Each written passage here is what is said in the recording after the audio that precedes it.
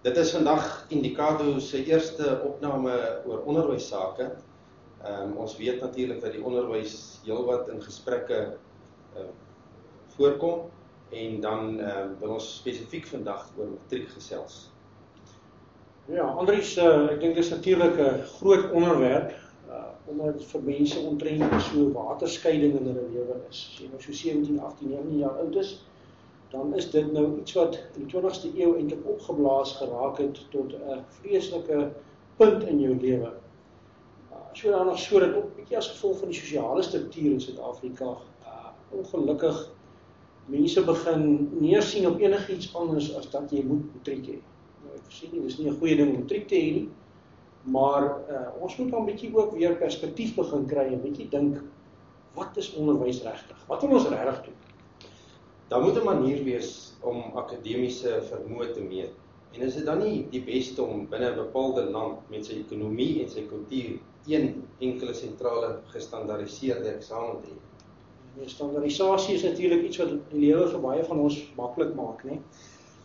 Mense sê daar's 'n resepie, jy volg hom, ons is tevrede, my werk is gedoen, ek gaan huis toe. Jy weet so, my bed is opgemaak, my kamer is gevee, my deur is toegetrek, nee, maar ek is reg. Nee, dit is so, daar is nut in standaardisasie, maar ek het sopas ook beskryf hoekom dit standaardisasie dalk nie altyd ekonomiese vooruitgang gaan gee. Want as ons almal nou net so kindertjies was in die lewe, wie sou die nuwe goed gaan uitdink het? Wie sou iets gaan probeer het? En natuurlik moet 'n mens daarom seker nou so 'n bietjie 'n stout skoot in 'n rigting skiet, en dit is oor kultuur in Suid-Afrika wat glad nie homogeen is. Ek bedoel, ons het wetlik 11 tale net om mee te begin. Om nie eers te praat dan van mense se verskillende lewenstyle en so aan. Dit is dus eintlik in Suid-Afrika, dink ek, wensdenkery en 'n fout om te probeer om 'n onderwysstelsel te hê wat die spreekwoordelike one size fits all is. Is die huidige nasionale senior sertifikaat, kortweg matriek, dink jy dis op standaard? Kyk, as dit op standaard was, dan moet jy seker vra, nou, hoekom is dit so baie in die nuus?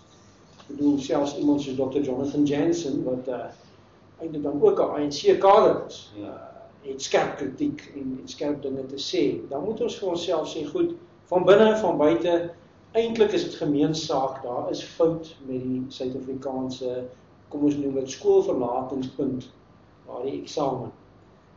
Ons moet miskien net so 'n klein bietjie teruggaan en net besef, nou, wat is matriek nou eintlik? Matriek, die woord wys eintlik op 10, die ou standaard 10. En dit was vroeër die gesamentlike matrikulasieraad. Nou, bietjie ietsie oor Indikato se beskouing van onderwys. Enerzijds wil ons sien dat onderwys moet vir ons eeu en ons tyd begin na vore kom. Maar ons moet daarom ook nie weggooi dat daar 'n eeuwe-oue universiteitstradisie is wat dan die bewaarplek en die vormingsplek van akademie is.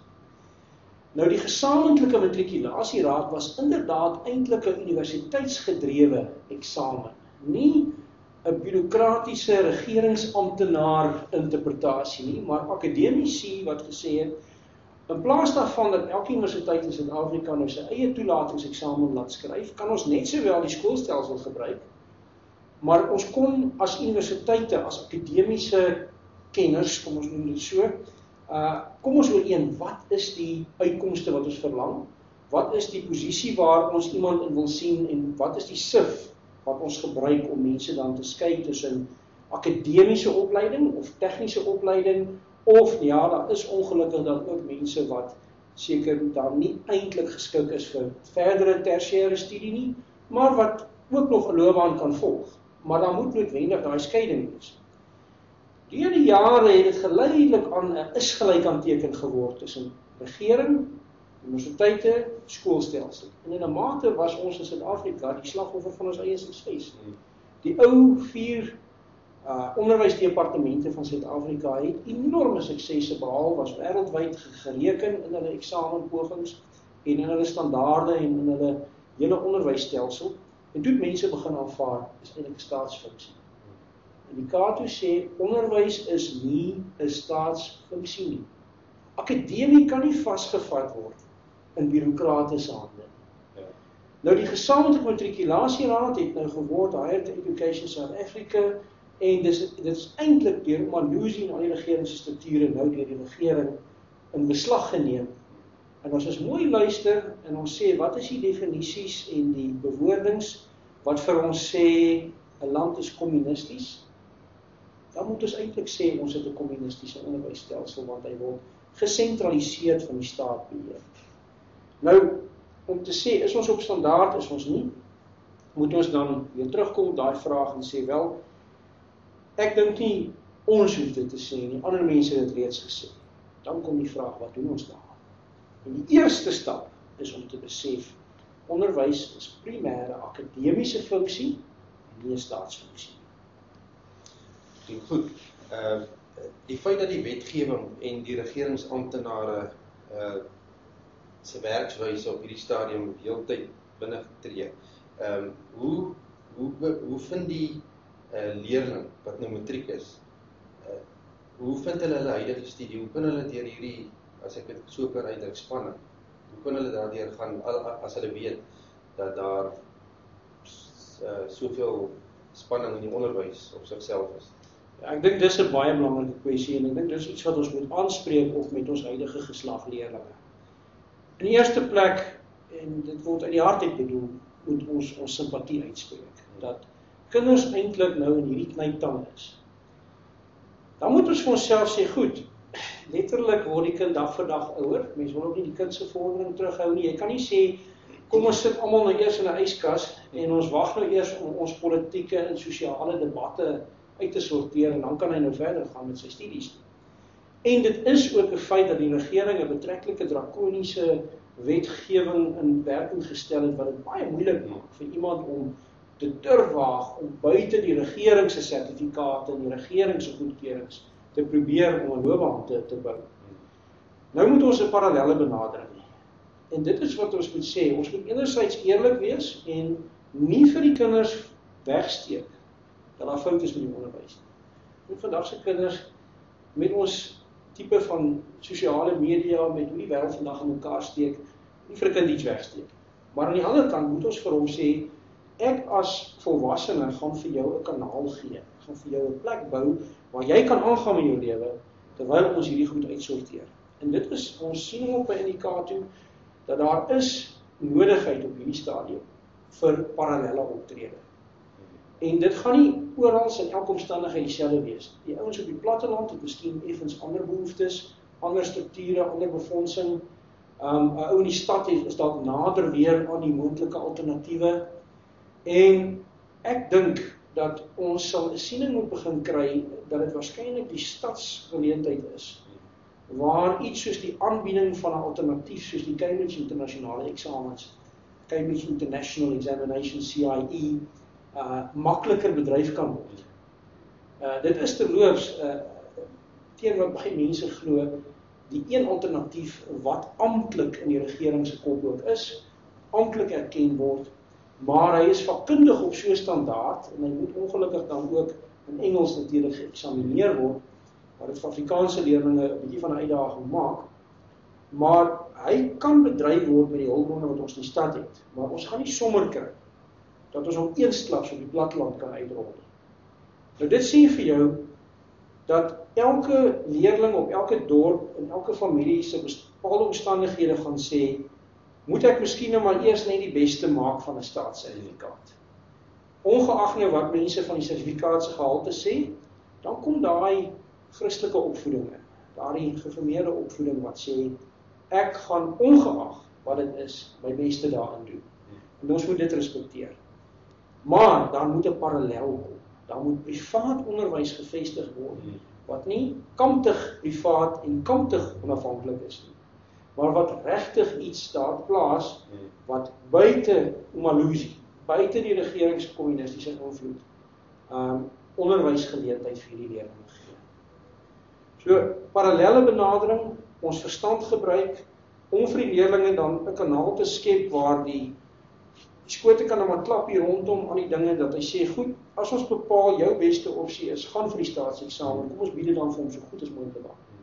dat al is die sertifikaat onder verdenking dat sy inherente kennis van wiskunde, van wetenskap en van Engels en Afrikaans goed is.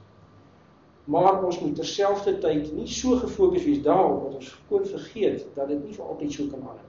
Ja, sy mens kan aflei uit die gesprek ook dat daar wel tekortkominge verseker in die staatseksamen is.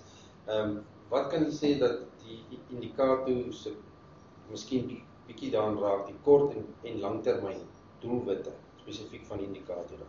Goed, as ons dit uit die negatiewe oogpunt neem, dan sê ons goed, kom ons vat die verwysingsraamwerk en ons sê, staatseksamens het in ons mense se koppe redelik vasgeslaan, nou oor die afgelope 50, 60 jaar.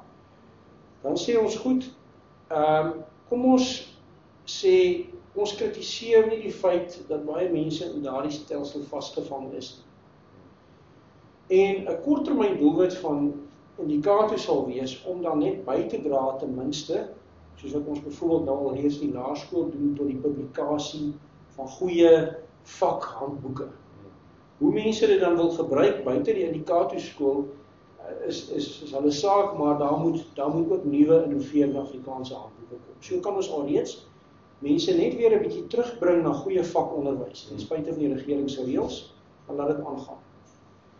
Dan, ook op die kort termyn, het indikator op hierdie stadium dan sy modelskool wat hy aan die opbou is, en dit is dan die onder andere laerskool Raslou, waar dit wat ons sê bedryf word. Gewone, suiwer vakonderwys. Ons het nog nooit IGNO of nog nooit enige Curriculum 25 of die nuwe CAPS of enigiets gedoen nie, wat dan sê hier is 'n parallel wat besig is om te gebeur, wat 'n ware alternatief stel op staatsonderwys en sê dit kan gedoen word. Die langtermyn doelwit moet wees om hierdie hele werklike onafhanklike onderwys wat onderwysgerig en vakgerig is, uit te bou tot op die punt waar hy sy eie verlatingseksamens, wil ek dit doen, skryf.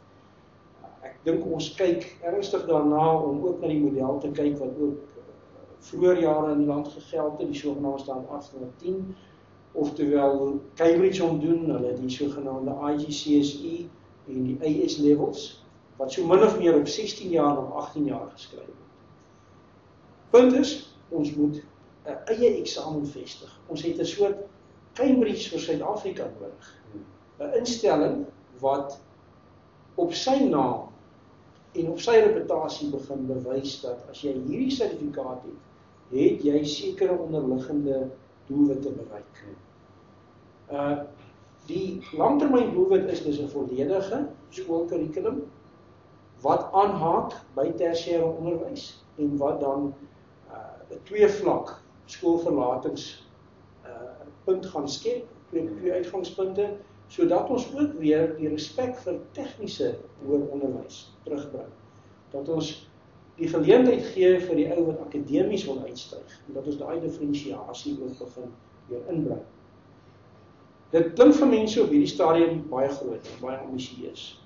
Maar as ons voorouers van wie ons afstam, en sommige van wie ons in sulke onderwysers en onderwysbestuurders se huise gewoon het, groot geword het, as daai mense dit kon doen in die vorm van die Transvaalse onderwysdepartement of die ou Kaapse onderwysdepartement, hoekom kan dit nie weer deur Afrikaners voortgebring word?